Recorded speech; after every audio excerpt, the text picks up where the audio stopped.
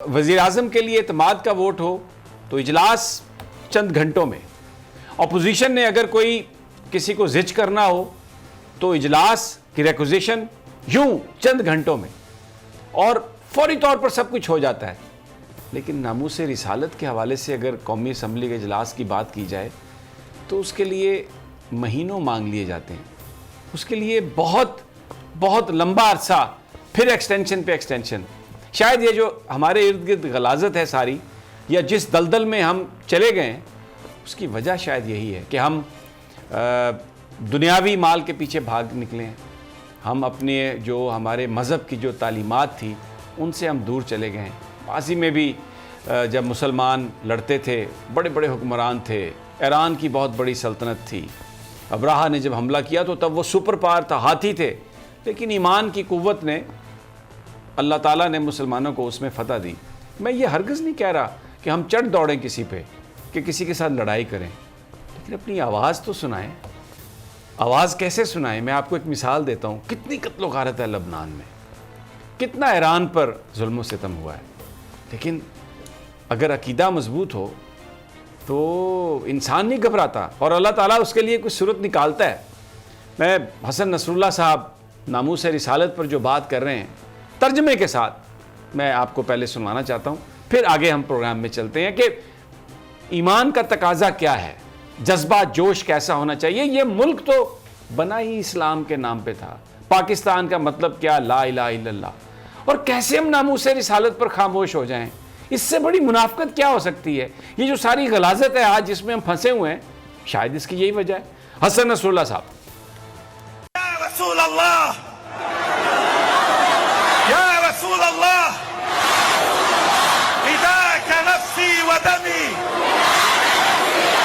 व अबी व उम्मी व अहली व वल्दी व कुल्ल माली व मा खव्वलनी रब्बी इन दिमाअना व अरवाहना व औलादना وحياتنا ترخص أمام كرامة رسول الله وعرض رسول الله وشرف رسول الله، والله على ما نقول شهيد، ودماء شهدائنا تشهد، وجراح جرحانا تشهد، بيوتنا المهدمة تشهد. ما دام فينا دم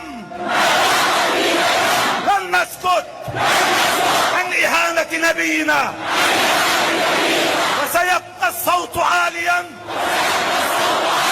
لبيك يا رسول الله.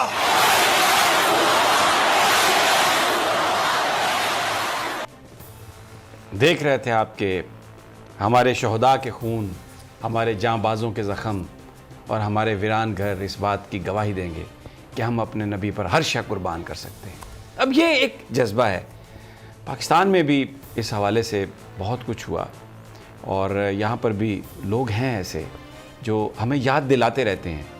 हमारी इस सारी गुफ्तगू का मकसद ये है कि हमें अपने जो बुज़ुर्ग हैं, हमें जो अपनी जो तालीमात हैं, हमें अपना जो असल मिशन है उससे तो नहीं, उसको तो नहीं हमें भूलना चाहिए।